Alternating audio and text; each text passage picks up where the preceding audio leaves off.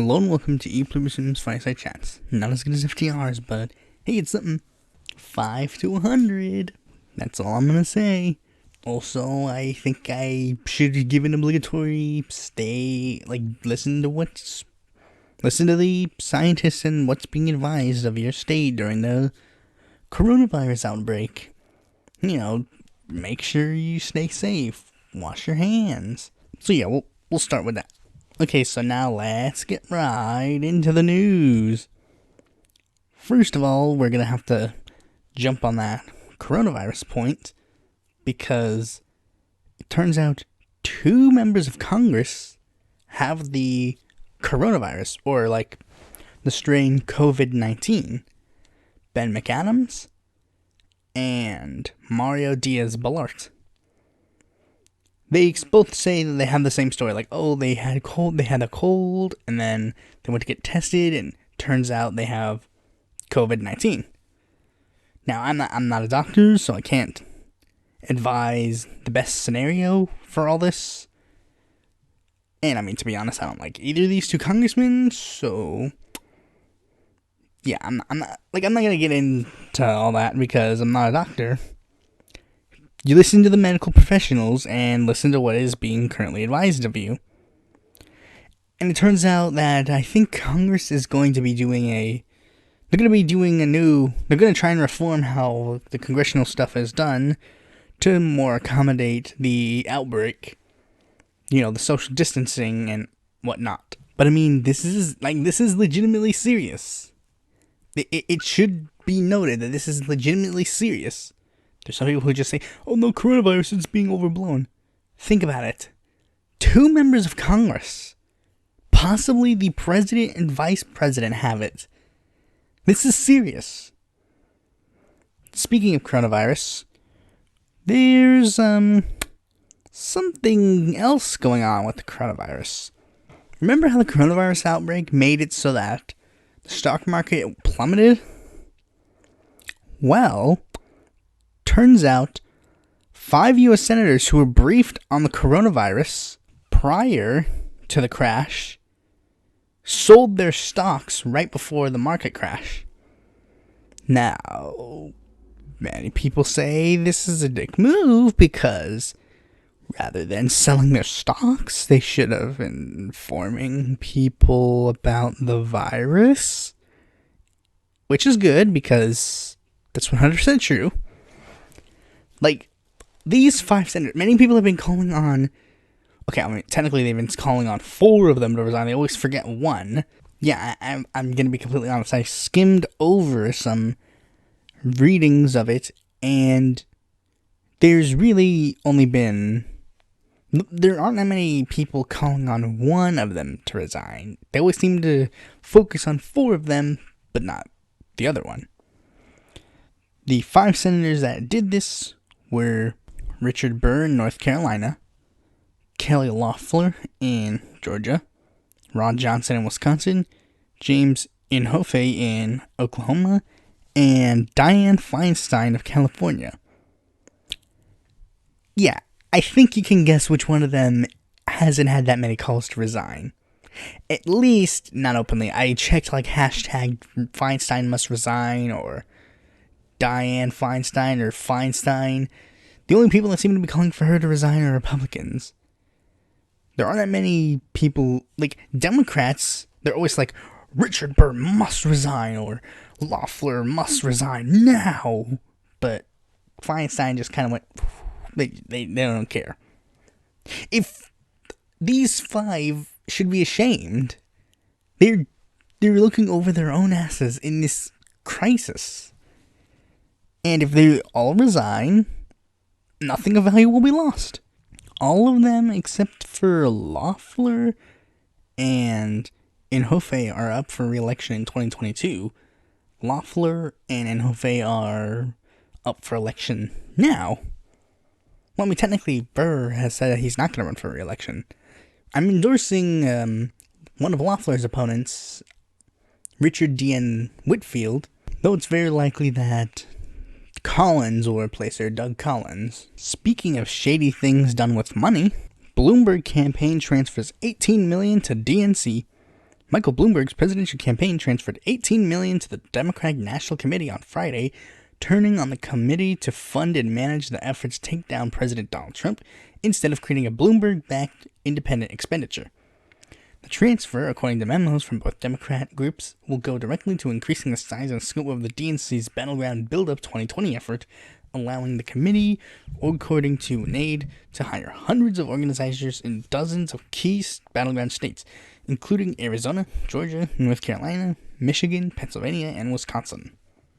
The news of the transfer came on the same day that the campaign held a call informing staff members of its massive state field operation they were being laid off. This doesn't seem suspicious at all.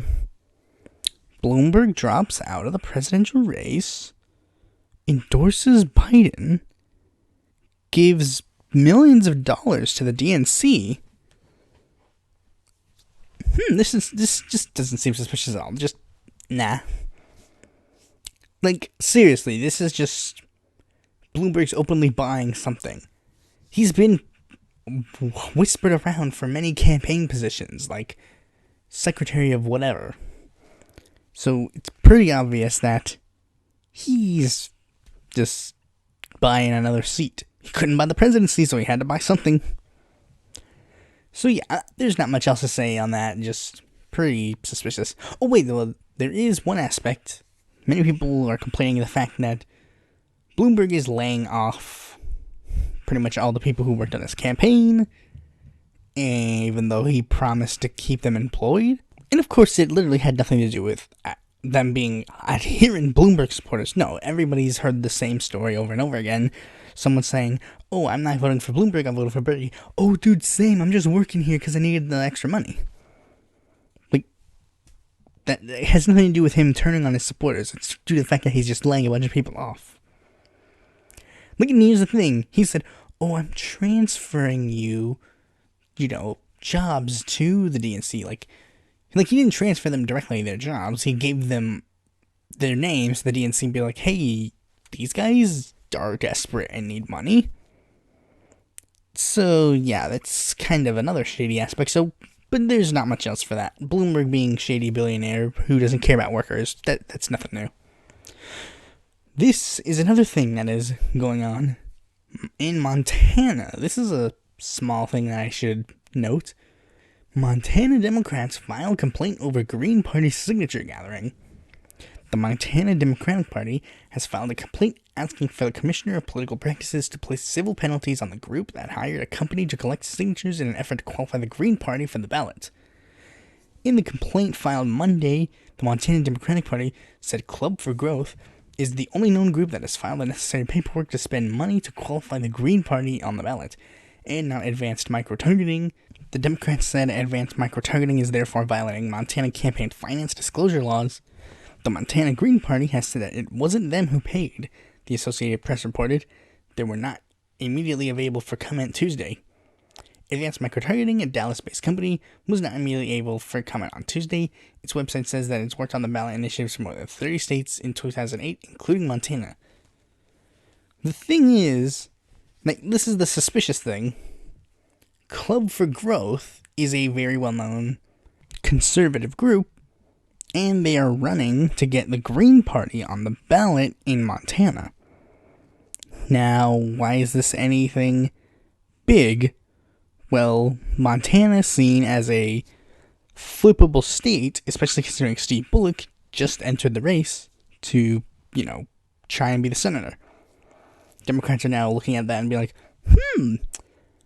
I see that this may be good for us. Now, even though the Montana Green Party openly stated that they would not run candidates, I don't know why, but they just said that they weren't going to collect signatures and run candidates. All of a sudden, boom, 2 people rise up to the challenge to be the Montana Green Party candidate. And the Club for Growth is the only people who seem to be filing necessary paperwork to give money to get signatures in this election. And as the story said, the Montana Green Party did not pay anybody to collect signatures.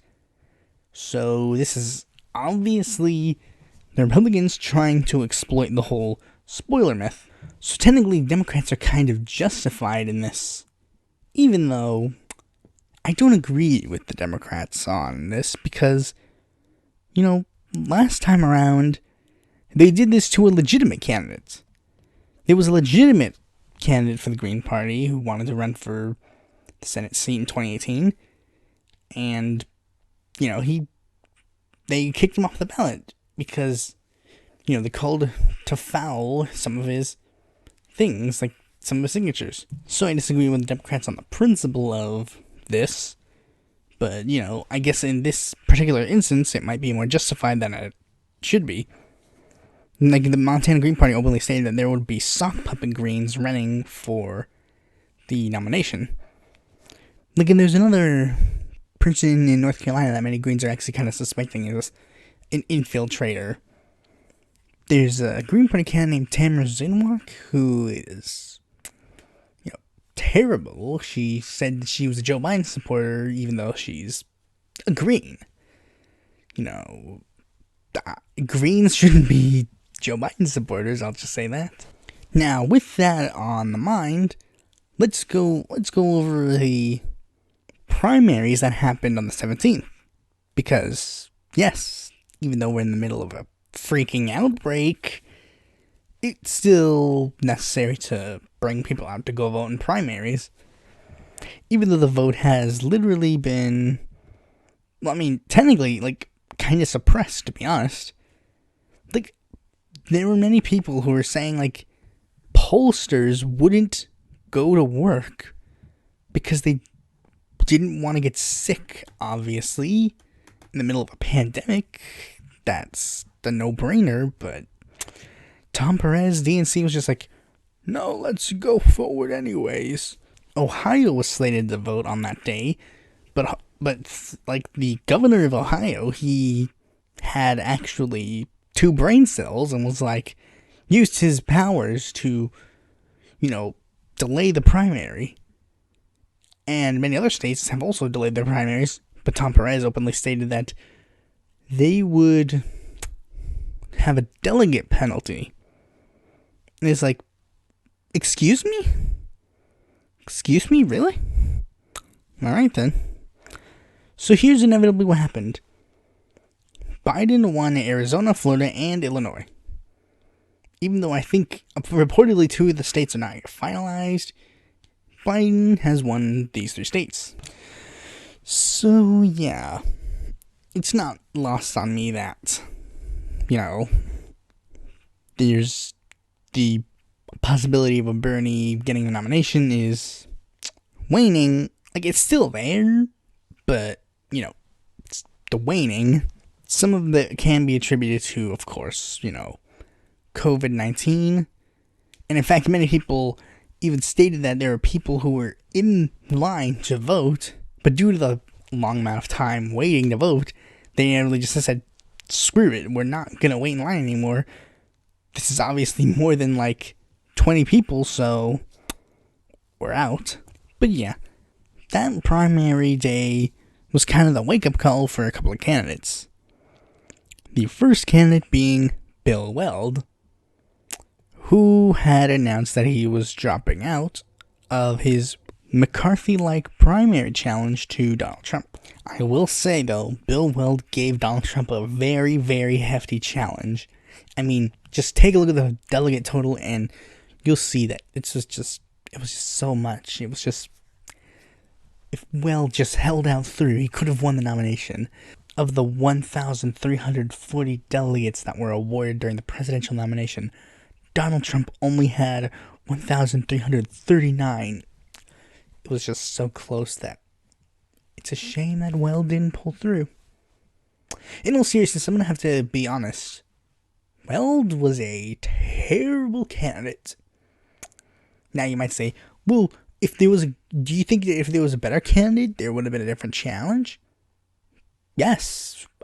Yeah, I believe that. If there was a better candidate in the field, maybe Trump could have had an actual run for his money. But the thing is, they had to have actually been able to attack Trump on policy. For example, Ron Paul or Rand Paul or Justin Amash. rail on the foreign policy, you win. The thing is, Weld, this should have been easy for him. He could have done the whole foreign policy thing. Like, yeah, you campaigned against the wars, but we're still there. But no, he had to go to the neoconservatives to see if they were going to do a Never Trump. He was running a Never Trump campaign, which, just like Evan McMullen, was a complete failure. Because guess what? Nobody votes for Republicans because of the neoconservatism.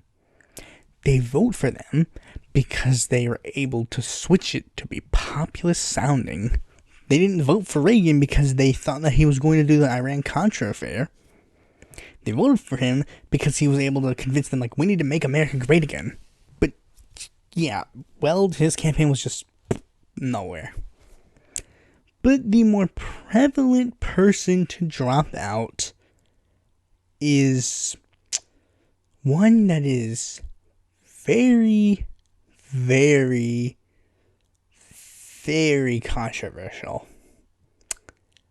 Tulsi Gabbard finally dropped out of the race and endorsed Joe Biden.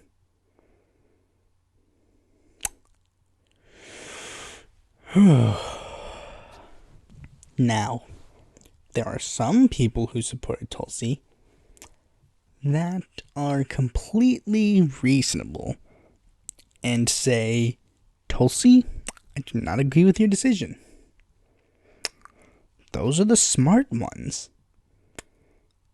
But there also happens to be a bunch of people who support Tulsi that are literally bending over backwards so much that they have cracked their back 50 times in order to defend Tulsi Gabbard in this situation. Before I get into that, let me explain the thing that should be completely obvious to everyone in the room.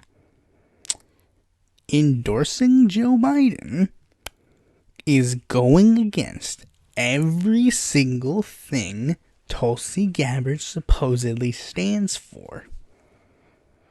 If she's supposedly progressive who wants single payer, like Tulsi supporters have been claiming, why would she endorse Joe Biden when Bernie's right there?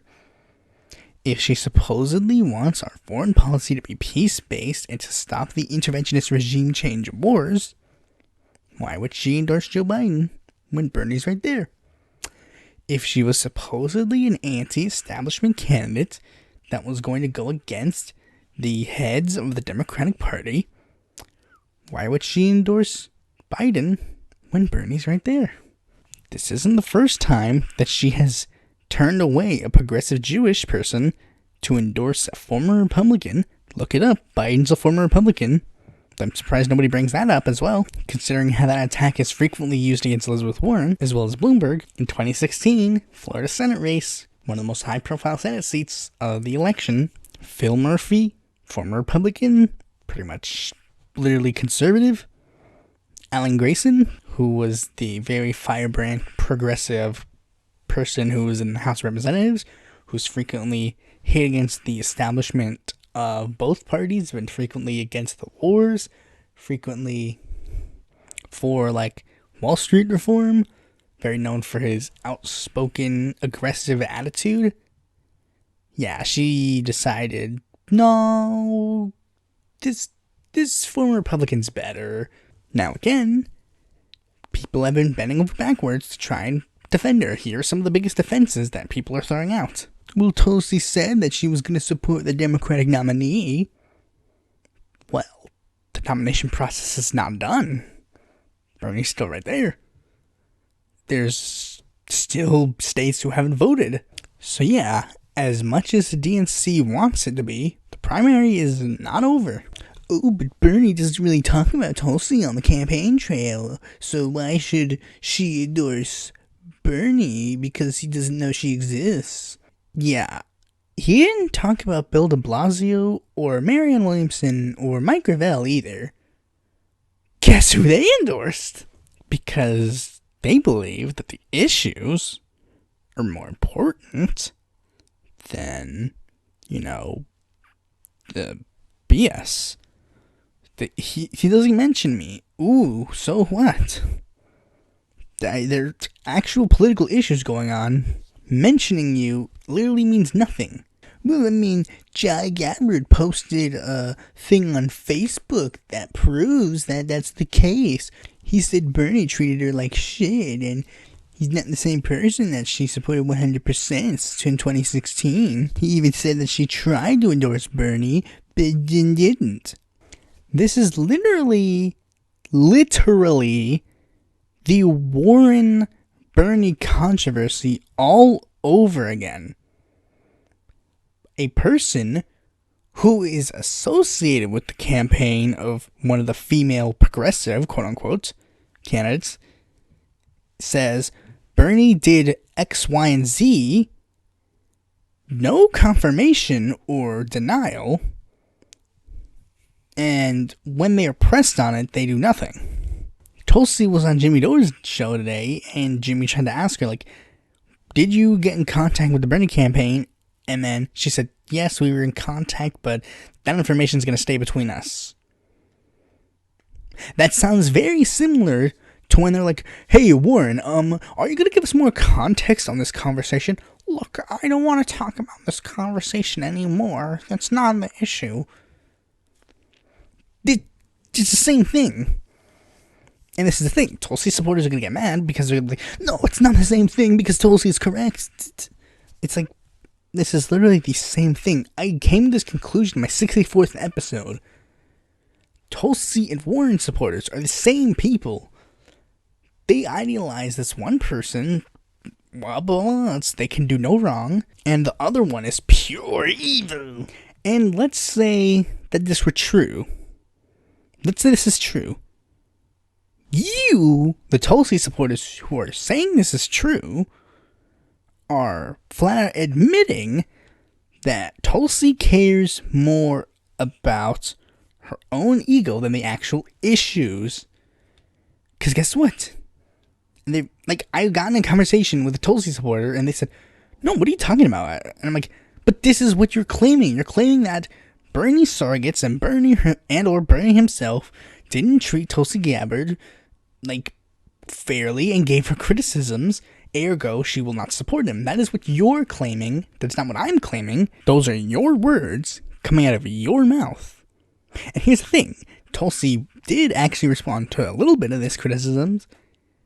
There was a comment on something of hers, and they said, hey, is this story that Jai Gabbard, your brother, is saying is it true? And she said, no. But the biggest one people have been trying to levy is this. Oh, the reason why that she's endorsing Joe Biden is because Bernie's going to endorse Joe Biden in a certain amount of time, just like when he endorsed Hillary. It's going to be all over, so she's just beating him to the punch. Will you criticize Bernie if he endorses Biden? Or if not, you're a hypocrite. There's so many things wrong with that. For starters, those two things are not equivalent. And I know there's some people who say, well, no, it is equivalent. No, they're not equivalent. First of all, we have no clue if Bernie will endorse Biden before the convention, next Tuesday, or the day of the convention. We don't know when it's going to happen. Bernie is pledged, of course, like every other Democrat, to support whoever the nominee will be. That doesn't mean he has to endorse Joe Biden now. Endorsing the nominee can literally be giving a speech at the convention endorsing Joe. Tulsi's endorsing Biden now. The primary is not over. Biden is not the presumptive nominee. The primaries have not been canceled. They have been postponed. So, literally, Bernie could still win, hypothetically. Now, of course, I'm not going to be here saying, oh, Bernie is 100% going to win. I know this for a fact, but it's possible. Probability is different, but it is possible. Another thing is, unlike with Tulsi, if/when Bernie drops out, there's no other viable candidates. there is no other candidate that he could endorse in a hypothetical scenario where he would drop out to support. What do you think? What do you expect him to do? He's going to be like, oh, I am dropping out of the Democratic presidential nomination and endorsing Roque de la Fuente III. No, that's just not going to happen. There were many Tulsi supporters who, up until Tulsi's dropout, were telling Bernie to drop out and endorse her. Like, no. Like, this is the same thing as Warren supporters. They were telling Bernie, no, you need to drop out so we can coalesce behind Warren. It's like, Bernie won 3 of the early states, Warren won none. Why would we coalesce around you? Now, again, the thing is, they keep drawing parallels between Bernie's endorsement of Hillary and Bernie possibly endorsing Biden. Again, those aren't exactly equivocal scenarios. They're similar, but not equivocal. For starters, they have the similarities, of course, because Bernie is combating against a neolib, and it's pretty much now a 2-person race. Even when there were 3 people in the race, Martin O'Malley and Tulsi Gabbard, the race was pretty much 2-person. So it's equivocal in that regard. Well, I mean, another way it could also be equivocal is Martin O'Malley claiming to be a progressive and then endorsing Hillary. Right? You know what I'm saying? But one way it's not equivocal is because in that race, Hillary was pretty much given the nomination from the get-go. With the superdelegates and such. Superdelegates are not part of the equation, at least since the first ballot. So, I mean, if she'd been smarter, she should have coalesced her support and dropped that earlier. But, whatever. But here's the thing that people seem to always leave out of the Bernie endorsement and just try to levy it against Biden. They're always like, oh, Bernie's gonna endorse Biden like he endorsed Hillary. Yeah, you're leaving out a couple of factors.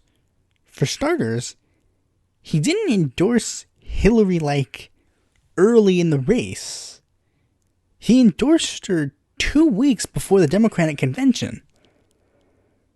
And even then, he got a concession out of her first.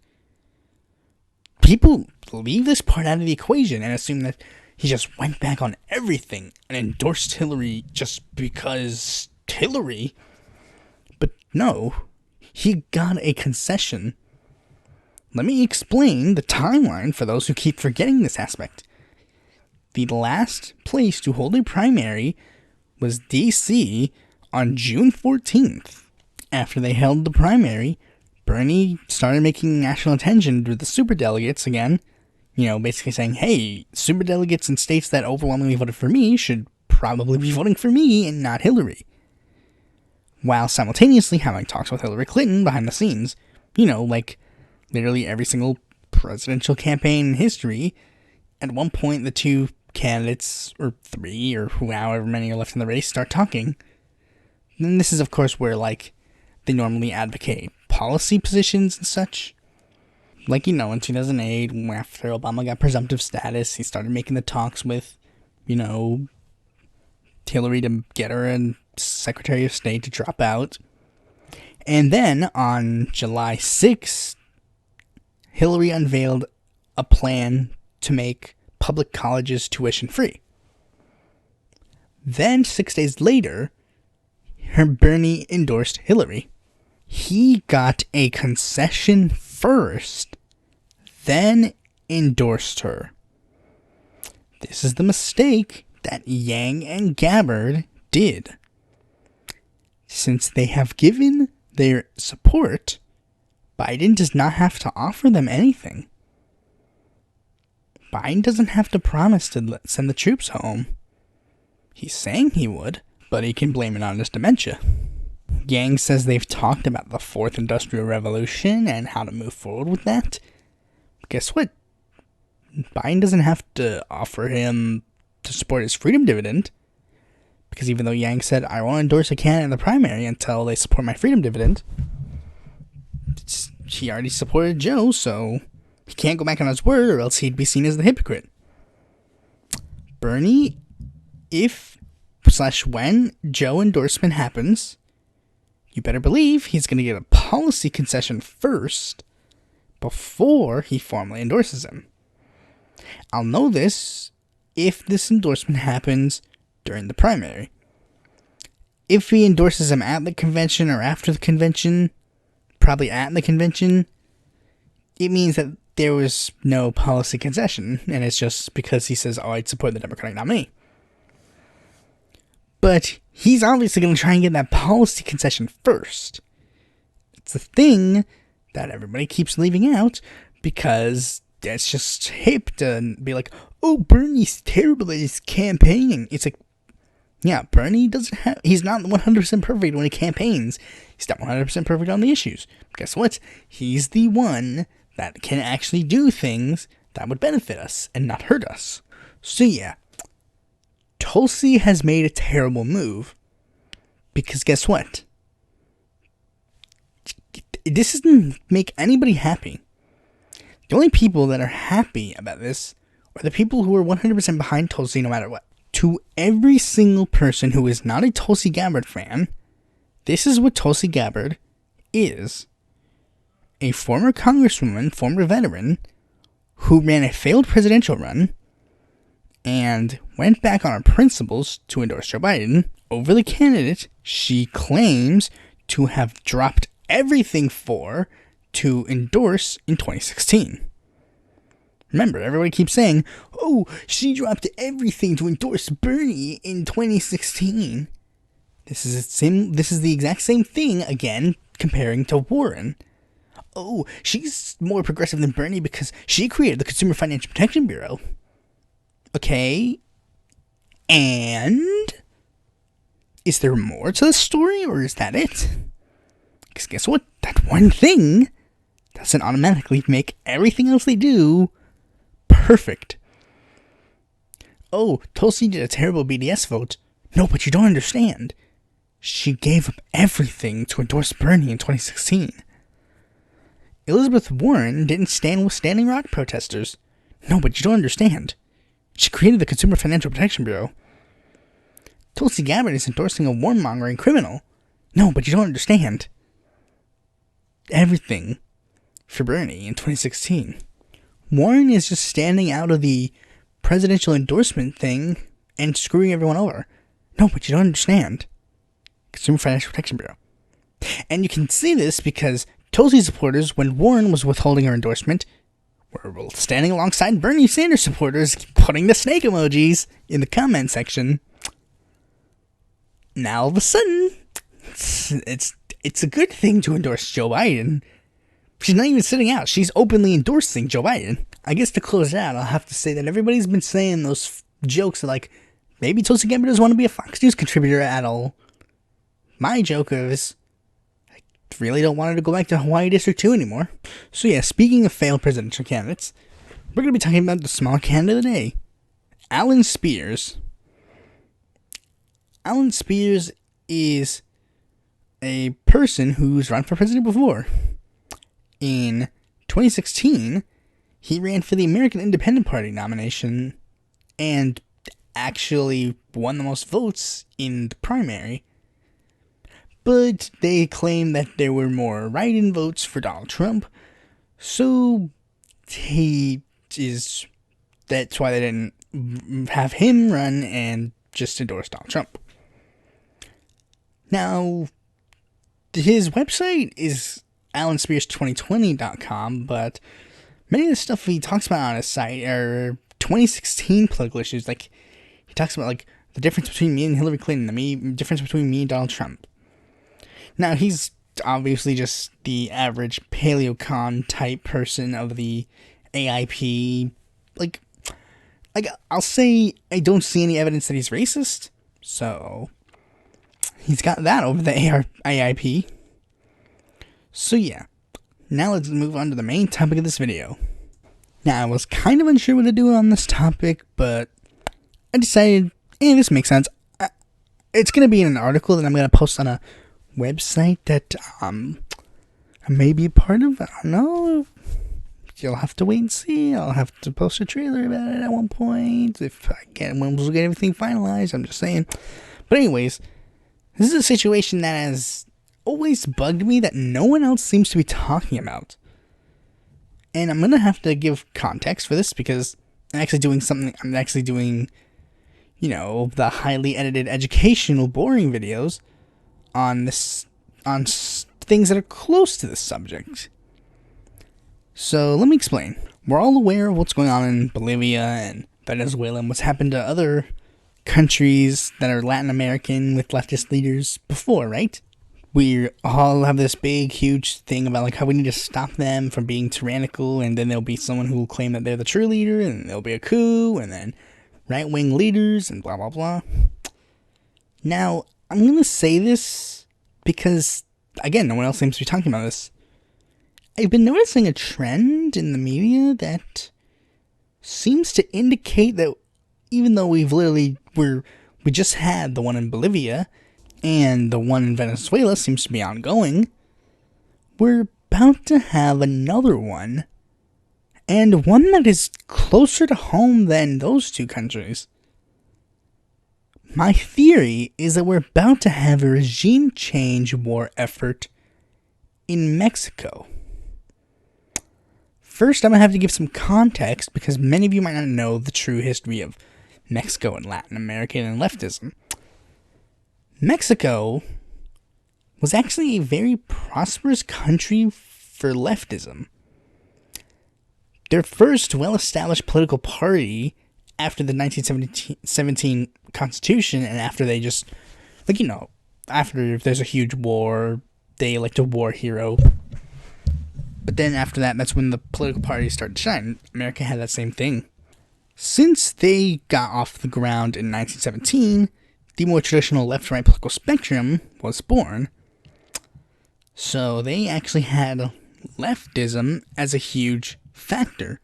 Their first two presidents were elected as leftist candidates, with the openly named Mexican Laborist Party. Labor. They had roses as the flag. They were obviously leftist. But then the second one of the two, Plutarco Calles, got a little greedy and then became a neolib like that. Mexico took a deep sharp to neoliberalism and was pretty much under his rule for a while. That was until a charismatic figure named Lázaro Cárdenas was elected to the presidency of Mexico and pretty much brought leftism back. Though neoliberalism quickly came back after Lazaro's term, but his leftist tenure is still seen as a relatively popular era in Mexican political history. He's still seen as one of Mexico's most popular presidents in history. Now, leftism kept trying to come back in Mexico, but it was always pushed down because of the neoliberalism controlling Mexico. And for almost uninterrupted 78 years of neoliberalism and neoconservatism, a popular Mexican leftist, Andrés Manuel López Obrador, was overwhelmingly elected to be president of Mexico and has taken Mexico back to its leftist roots. Unsurprisingly, that didn't really bode well for the rich. Now, the rich seem to really be interested in making AMLO go away, and have begun to notice a trend that makes me theorize that they are at least in the first steps of doing so. You see, with these Latin American regime change, there's always multiple steps. For starters, the leftist gets elected or takes over via a revolution. Then the media almost relentlessly starts hitting hard with they're a dictator, they're evil, they were brought in by evil powers, and Fidel Castro's a tyrant, Hugo Chavez is a tyrant, Evo Morales is a tyrant. They align themselves with X, Y, and Z, blah, blah, blah. They do all these things so that sentiment builds into the people's heads these people are bad people. Then it gets pretty much ingrained in people's heads that this country's shit, their leaders are shit, and someone's gotta stop them. Someone's gotta make their country great again. Then people who are working with U.S. interests, usually a right-wing military group, a right-wing political party, will cry foul over something in the leftist president or dictator or chairman or whatever they call themselves, and then the U.S. will be forced to take action. Well, forced, quote unquote. And this is something that, like, this happened with Venezuela, and this is happening again. With Mexico this time. Bolivian coup happened before my eyes, so I think we're going to have to start making it known that we need to keep #hands off Mexico. First, let's start from the beginning. And I mean way beginning, because this started before even AMLO was running for president. I mean, well, I think it was like when he was beginning his run for president. U.S. National Security Advisor H.R. McMaster claimed that Russia was intervening with the Mexican elections. Now, he kept it vague on who they were going to be supporting, but given another person in the administration, John Kelly, said that a leftist president for Mexico would not be good for America or Mexico, it clearly implies AMLO was the one who was receiving Russian help. Marco Rubio and Rex Tillerson also echoed these concerns to prevent Mexico's political system from being corrupted by the evil Russians. Now, AMLO had literally like a 10-point lead to the entirety of the election.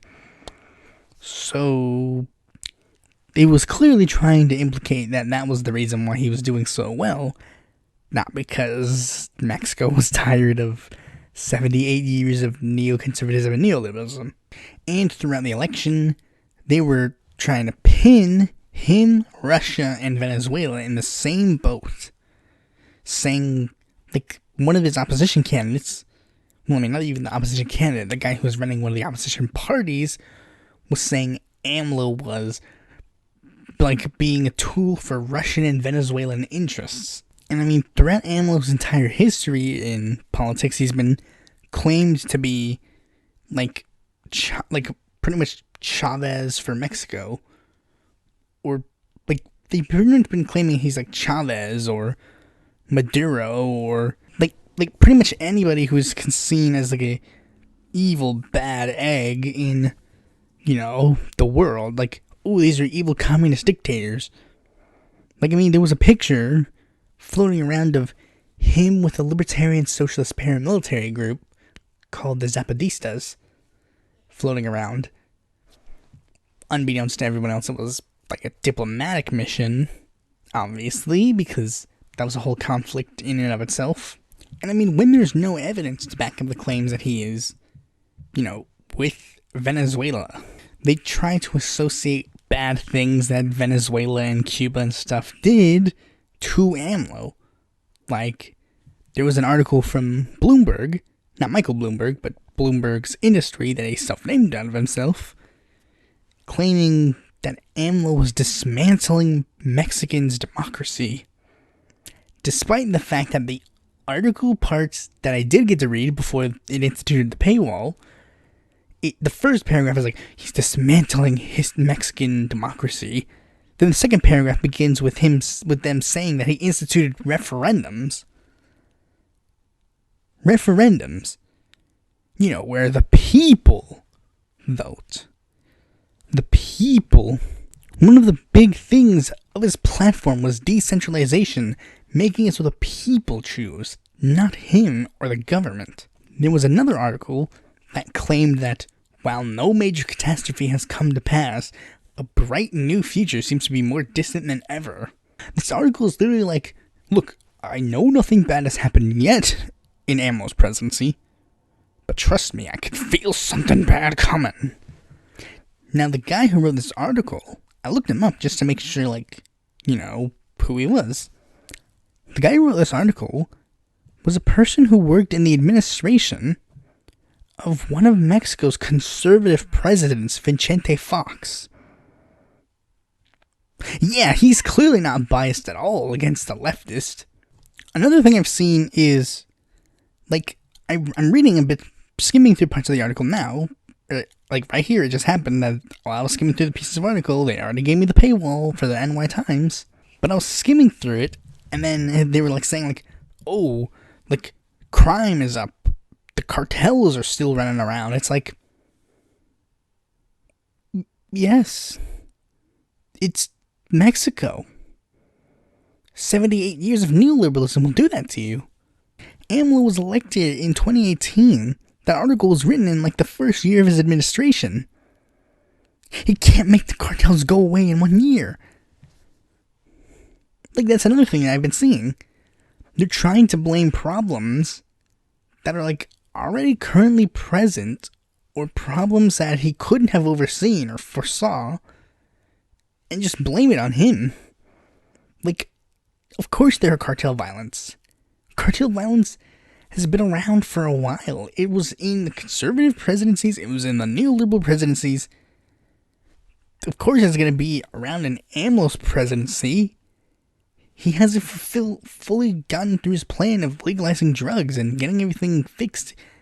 He started by ending the drug war, which is going to be a major curb stomp, but he hasn't fulfilled all parts of his plan. Another thing is people have been trying to blame his COVID-19 response. Like, it's like, our government is doing terrible as well. Like, you can't blame, like, they're trying to blame AMLO for his terrible COVID-19 response, but it's like, yeah, who are you comparing it to? Trump? Because Trump's COVID-19 response is terrible. But the thing is, it's gotten to the point where it seems like they're trying to move on to the next step already. Because something happened in Mexico that pretty much kicked it into overdrive. On October 17th, 2019, after many massive gunfights, the son of El Chapo was arrested. Immediately afterwards, 700 heavily armed cartel gunmen threatened mass murders of civilians, including the families of military personnel, unless El Chapo's son was released. AMLO and the police in charge released him. Now, AMLO explained very simply the reason why he wanted to stop this was because he wanted to end the bloodshed that would have happened, prevent it. And he would further moving on to the next steps of his plan, of his, like, he ran on a campaign of hugs, not bullets, for the cartels, because he's like, guys, we can't just shoot the cartel to make them go away. We need to put money into poverty programs so that we can help the people who have to turn to cartel violence in order to make their ends meet. We need to have the U.S. join us in ending the drug war to curb the cartels and make their power go away.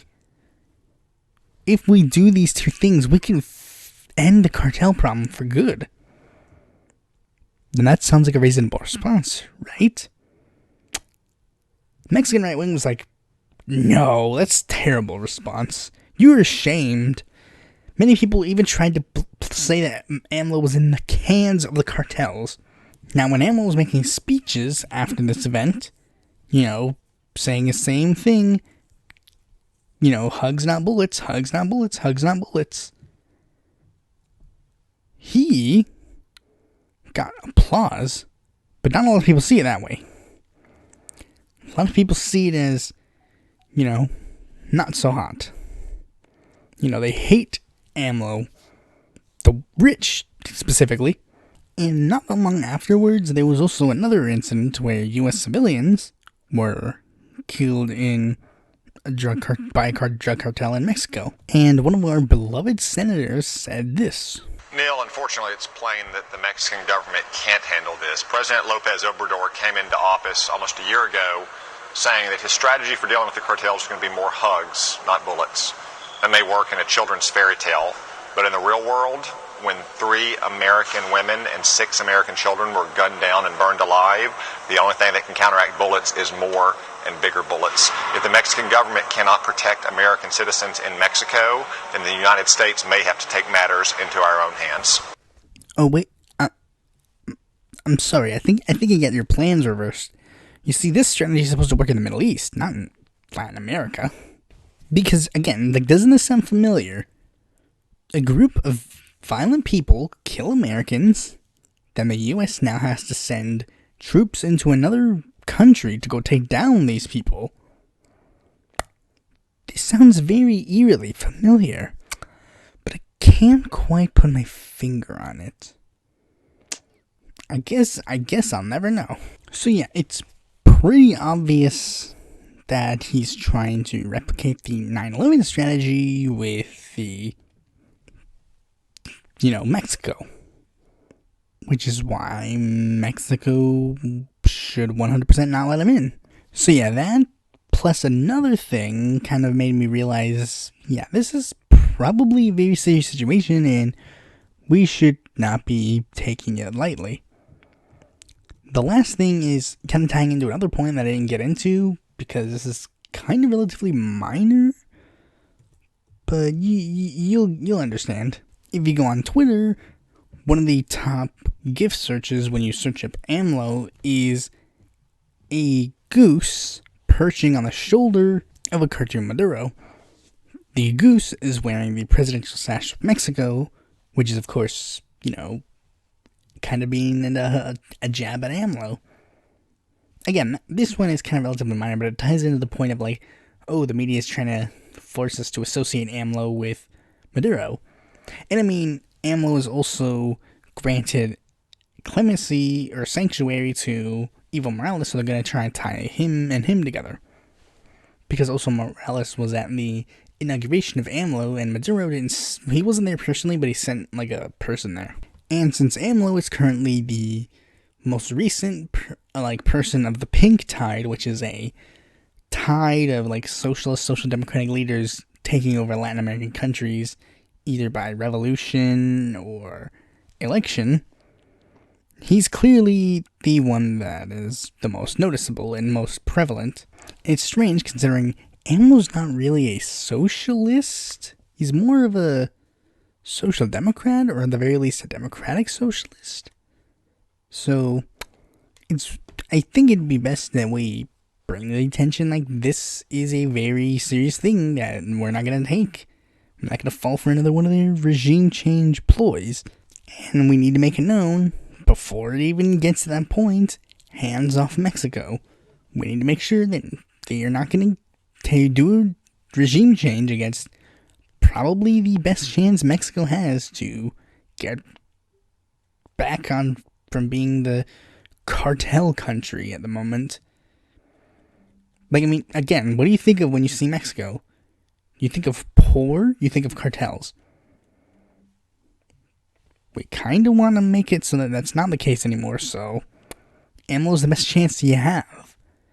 So we need to make sure that that guy isn't taken out by the US.